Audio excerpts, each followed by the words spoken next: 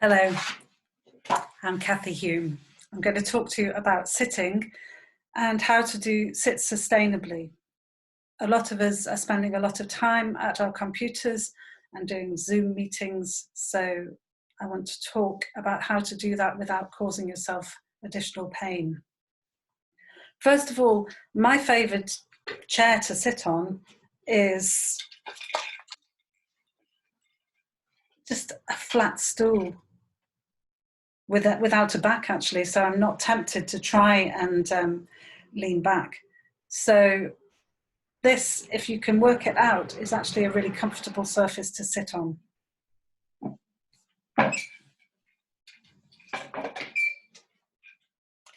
So why do we find sitting so difficult? Well, one of the reasons is that we have incredibly heavy heads. This is the weight of your head.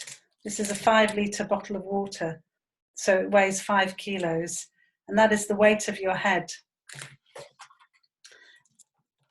And if I hold this weight above my head, I can carry that quite comfortably through my spine, through my sitting bones into the floor. But if I put it here, that's already twice the force going through my arms. So it's become more difficult for my arms to hold it. If I bring it here, that's really getting quite heavy. If I bring it here, that's getting to be athletic, because this 5-litre weight is now exerting about 60 kilos of force through my arms. The same thing happens with our heads. When we carry our heads like that, we're actually using all this musculature of the neck to pull on that weight, and it becomes very heavy for us. So all these muscles of the neck, upper spine, and lower down in the back, down in the spine, they are being asked to do a job that they're not designed for.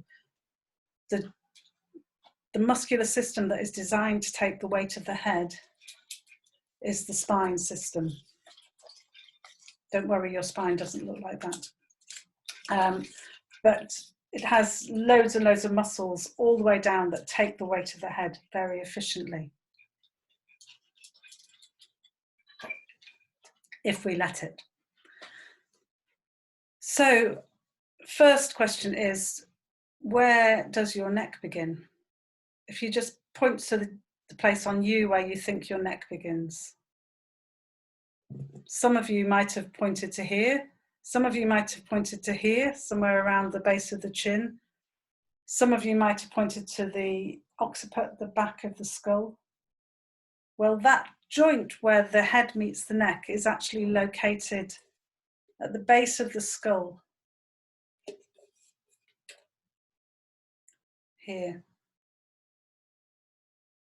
And you can see that if I rock the skull on that joint, if I was to let go with this hand, it's going to fall forwards, because more of the weight of the skull is located at the front of the skull than at the back of the skull. So the skull is designed to fall forwards on our heads, and that gives a little antagonistic pull to all these muscles on the spine. So when that tips forwards, it's pulling on all these muscles down here in a good way that wakes them up and makes them work. So how do we explore that range of movement of the head? Firstly, the joint of it, as we've just discovered, is between our ears. So if you find the soft spot behind your ear, stick your finger like as if you're putting a bolt through it, like a Frankenstein bolt, and just nod your head from that point. You can notice that it's not too much movement before the neck gets involved. That's a movement of the neck. So if we look up, about there is where it goes up to. And about there is where it goes down to. It's not a massive range of movement.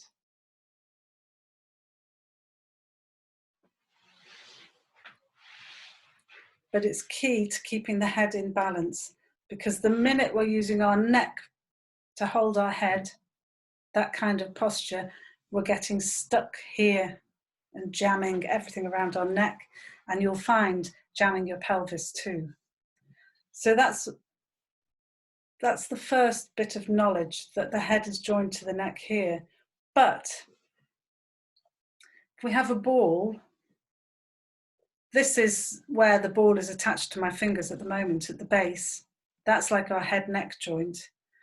But the center of gravity of the ball,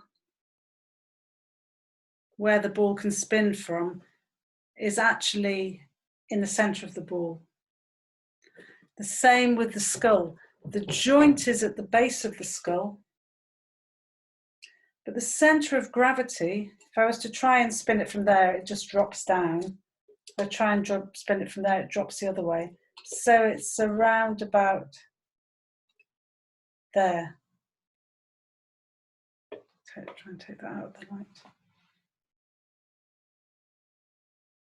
So it's sort of in here. So if you now do that action that you were just doing, nodding the head, but picture that it's nodding around this point. This is the center of gravity. So when we think the head forwards, we're thinking of it around from up here, that joint.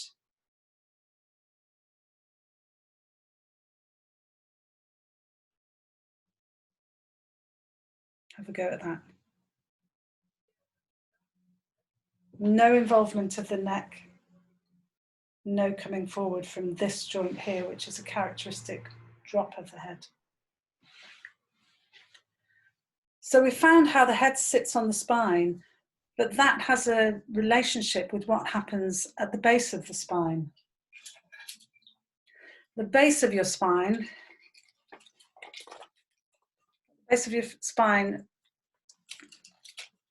the sacrum, this is the lower part, these vertebrae are fused together.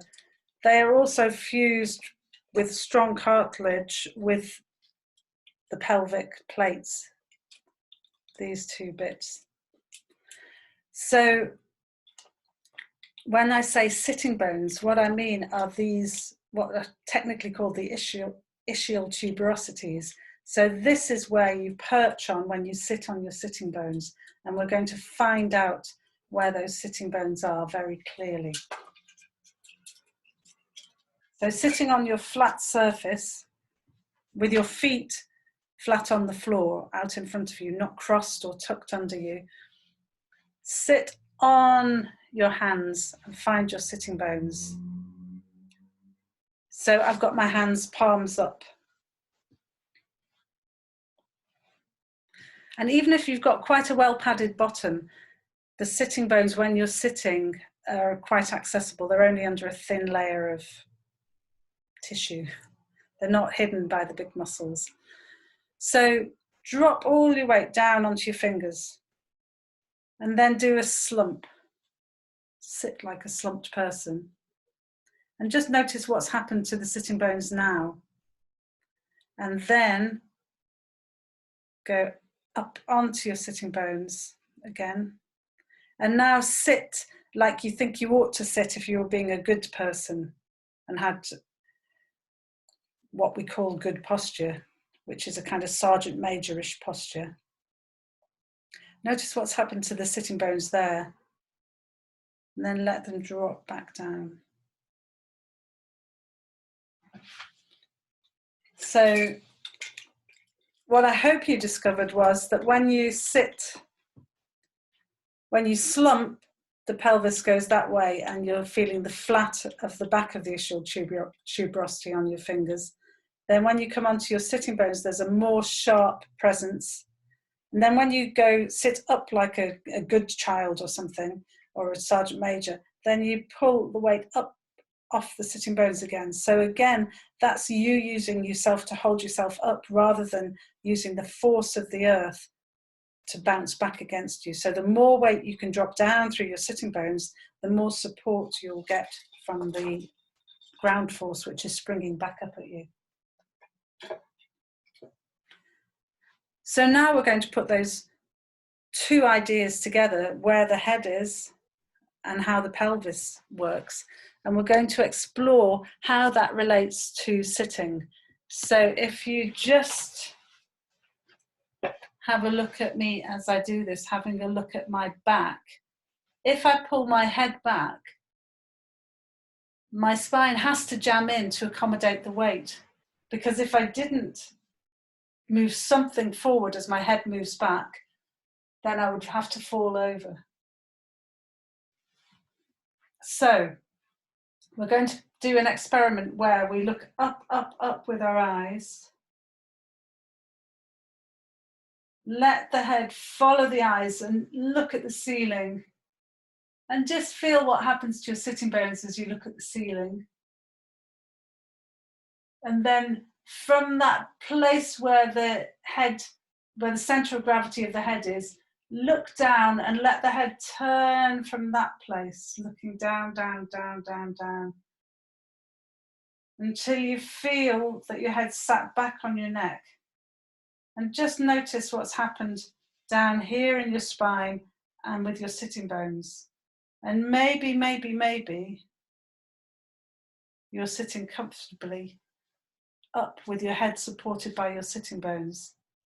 And if you've got it right, you should have a comfortable breathability in the back ribs. Because if we're tipping in like that, we're contracting the muscles here and then we can't breathe into our back ribs. So the question to ask yourself when you're sitting is my head going forwards? Are my sitting bones contacting the seat? And is my back breathable? So I hope you have fun conducting those experiments, and check out my website, www.atwithkathyhume.com. Thank you.